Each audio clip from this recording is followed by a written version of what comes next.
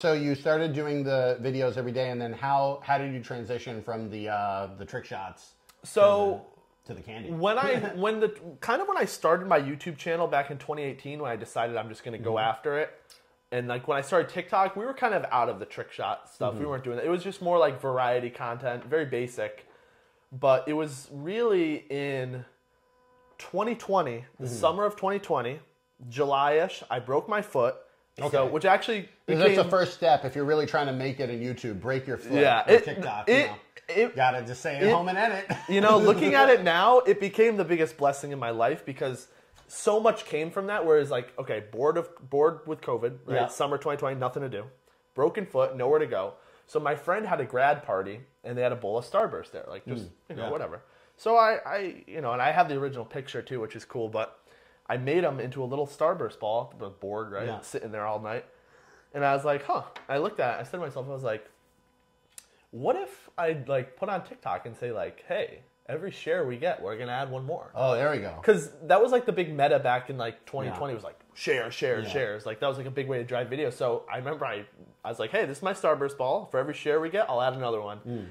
And I had like 700 shares after I hit upload. I was like driving down to Walmart. You're like, I got to get the industrial strength Starburst now. I wasn't working at the time, so I had broken foot, no job. So I went and spent like $70 on candy. And at the time, I was like, this is a big bet.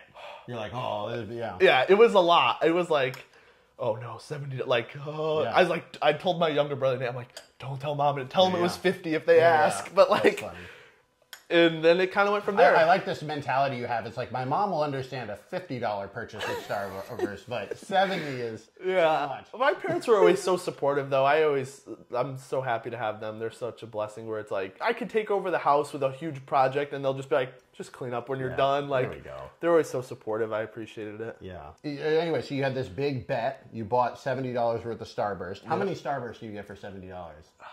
Like, we had pounds. We weren't buying by the candy. We were buying by the pound. We got like, the bags at the time, I think were $8, but I'm not sure the weight. I think there were 3-pound bags. Wow. I think we got like 7 or 8 of those. Like, the ball towards the end of the summer was like 40 pounds of Starburst. So every time you would post, you would say, if you keep sharing, we'll add to the ball. Yeah, and it was just getting to the point where I wasn't really counting. I was like, this video blow up, like I'm adding more. Were you ever worried, like Little Shop of Horror style, that the ball would gain sentience and like begin to like, feed me? I felt like that thing took over my life for sure. It was... Did you have dreams about the ball? Oh, I have dreams about making videos all the time. I'll wake up and be like, what was I trying to think of? Have you ever gotten a good video idea off of a dream?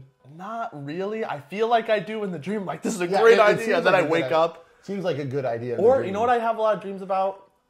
Like, people always say, they're like, notice how in your dreams you never have your phone? And it's the opposite for me. You're like, you're on there. Well, I have nightmares that I'm losing my phone or it's getting destroyed. Like, I'll be like swimming in the ocean. I'll just see the phone go down and I'll be like, we got to get a dive team. And it's like, I wake up and I'm like, you're like, oh no, it's fine. Like, we got to get a dive team. It's like definitely not a healthy obsession to have, but like, no. I mean, this is actually an interesting topic. I'm glad somebody else who does YouTube, I can ask this.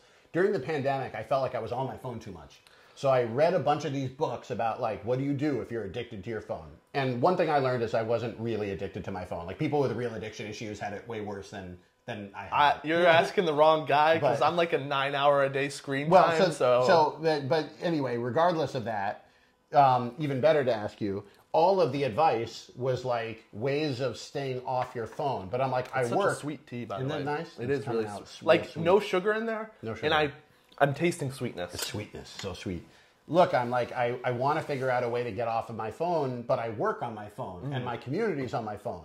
So it's not as simple as, like, other people. They're just like, limit your screen time. Yeah, like no, you got to replace it, I think. Yeah, and so, like, have you found any mechanisms to try to control that, or you're just like, this is the way it is I work on the internet? I don't feel addicted to my phone. I spend a lot of my day on it, but when I'm not on it, like, all the time. When I'm off it for good reasons. Like, when I'm eating with my family, I'm not on my phone. When I'm eating lunch by myself, I'm watching YouTube. But like, when I'm doing activities, like, if we're playing ping pong with my friends or going out for a walk, like, the phone's not coming out. Like You when I'm don't get that replacing sort it. of like.